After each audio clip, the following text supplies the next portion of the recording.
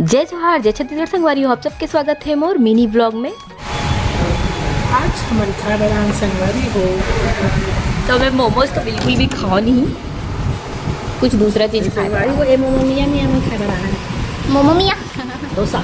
मोमोज तो खाने नहीं, मोमोज खा नहीं संगवारी हो मन बिल्कुल भी। अगर डोसा खा रहा अनहेल्दी होते ना, मैदा से बने हुए चीज़ अपन बहुत कम खाथन। घर में खा लेथन तो खा लेथन, क्या वो क्या बोलते जी हो ना, सलोनी वगैरह।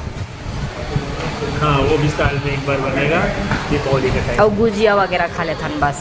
और पता नहीं बहुत जन के मोमोज बहुत फेवरेट होते, लेकिन मुझे बिल्कुल भी पसंद नहीं है मोमोज, बिल्कुल भी मोमोज दबा नहीं मुझे ना डोसा खाने खाते तो आगे हवे डोसा। हाँ, कौन सा डोसा है रे? चीनी डोसा।